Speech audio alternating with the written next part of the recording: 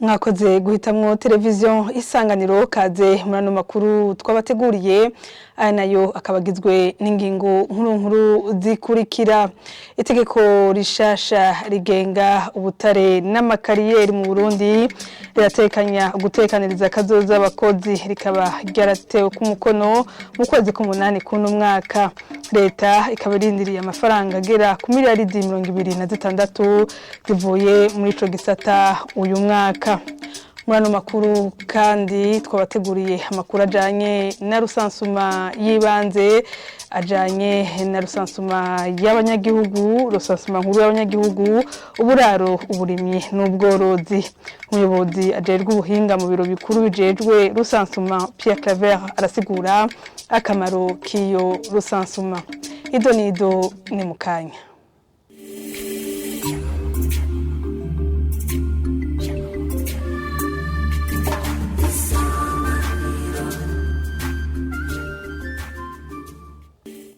Ndasubiye kubaramutsa. Itegeko rishasha rigenga amakariyeri n'ubutare mu Burundi ritanga ikiringo c'imisi 90 ngo amasezerano asubigwemwo ku masosiyete yacukura ubutare yahagarikiwe ibikorwa hamwe nagenwa n'itegeko ryo mu 1976. Iryo tegeko kandi rirategekanya gutekaniriza kazoza abacukura. Uyu mwaka leta ikaba ibirindiriye amafaranga agera ku miliyaridi 26 azova muri ico gisata. Byinshi biri muri iryo tegeko tubisomerwa na Mihaye Kanyange.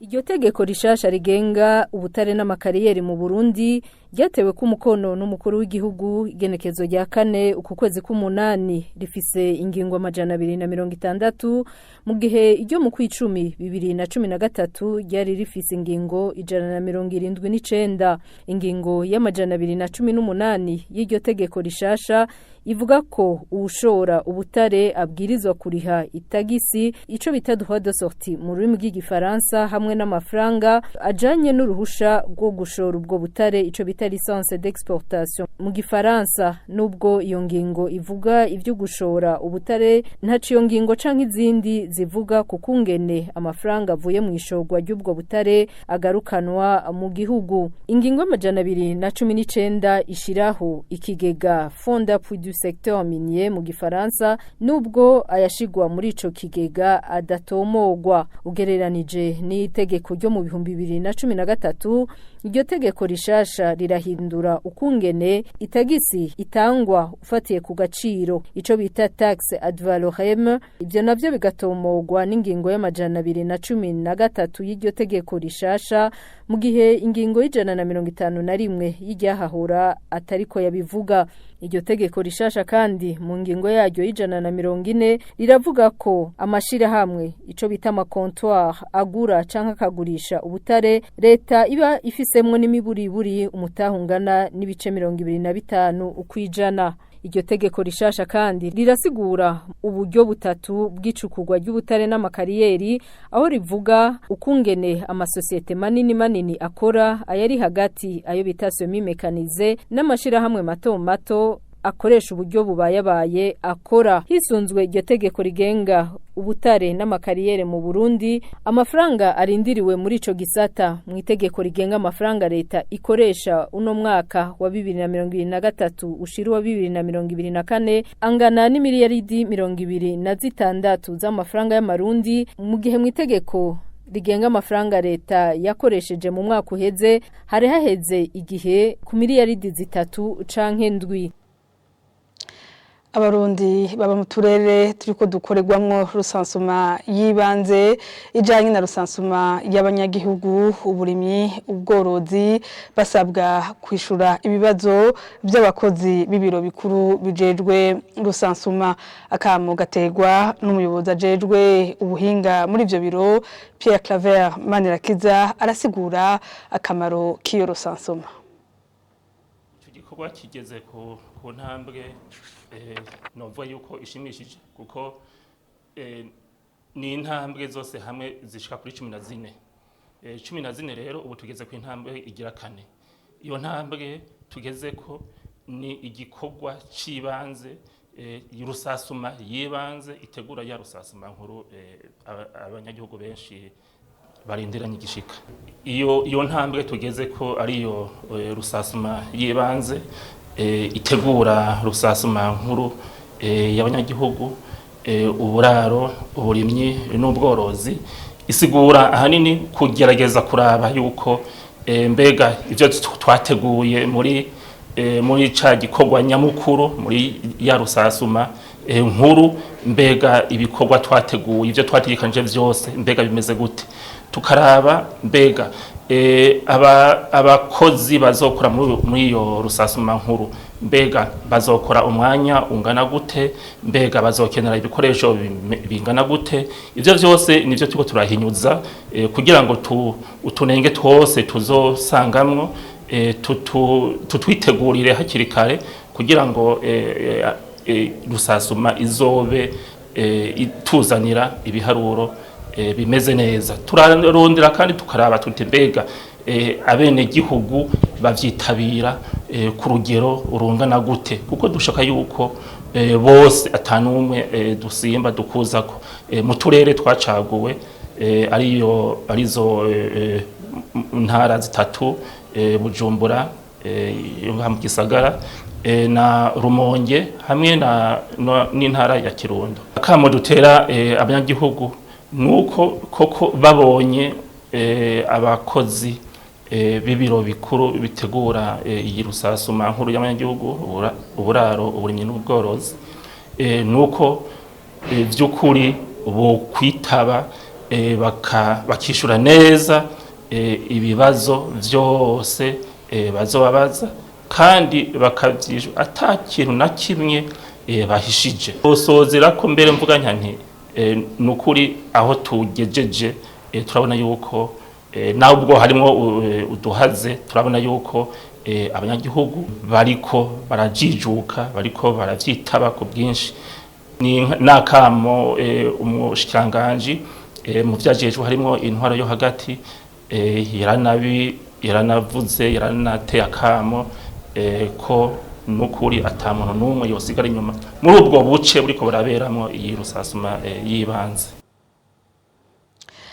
Bamwe mu banyagihugu bo ku mutumba Gahahe komine Mutimbuzi intara ya Bujumbura hazokubakwa ibarabara rya Bujumbura Bugarama na Bujumbura Bubanza barashima ko bamaze kuronswa umuzibukiro, ariko ku ruhande rwo ku mutumba wa Tenga local ariko hubakwa irindi barabara bavuga ko bo batararonswa umuzibukiro mu gihe n'amazu yabo amazina kubomorwa, basaba kurenganurwa. Jean-Marie Mayonga.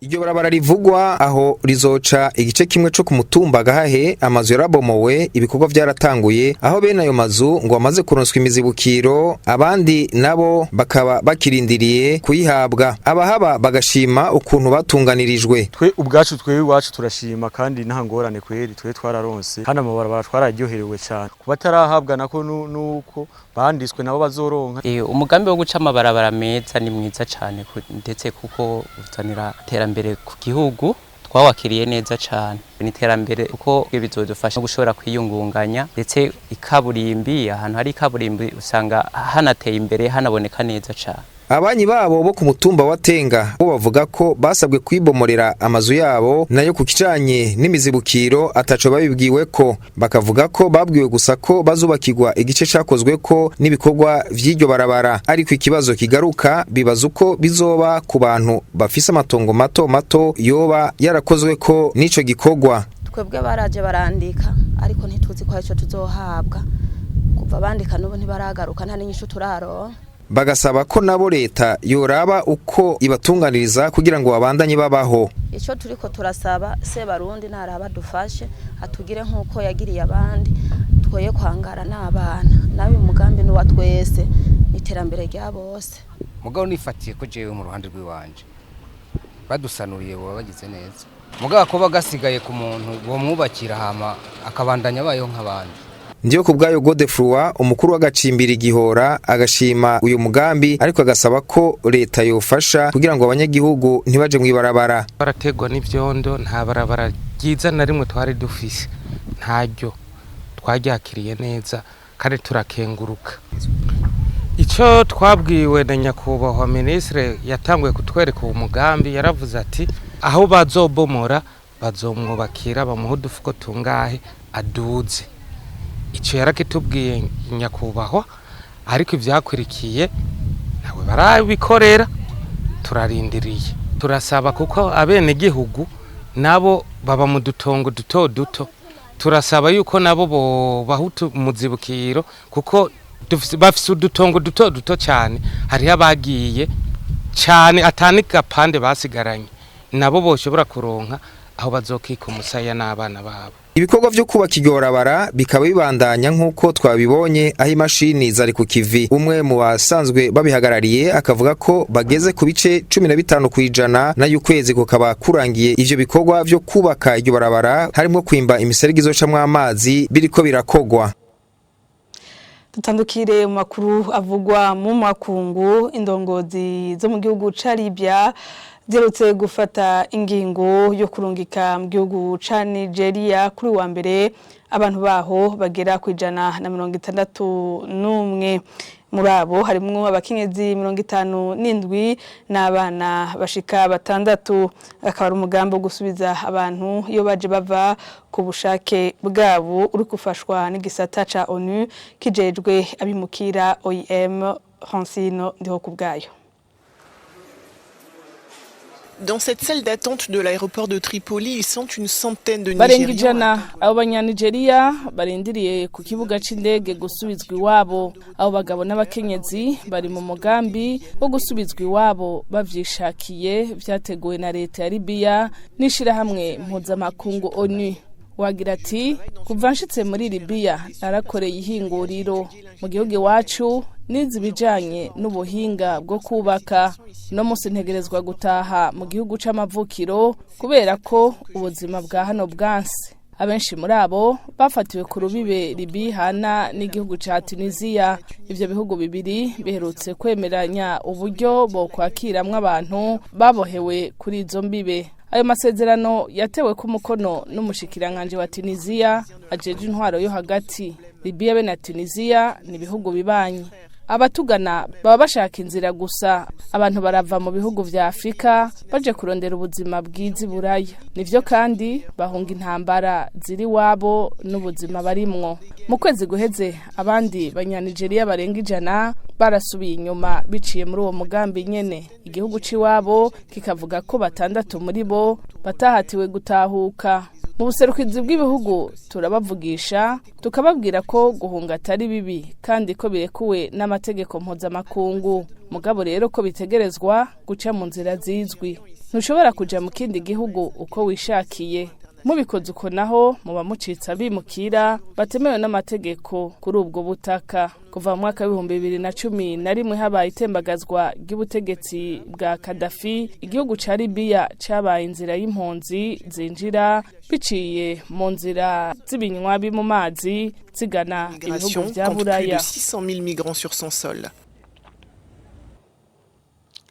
Urakoze Francine ndiho kubgayo. Nshimire n'abandi badufashije gutororokanya ano makuru akaba ari hano rero arangiye. Nshimire namwe mwese mwayakurikiranye.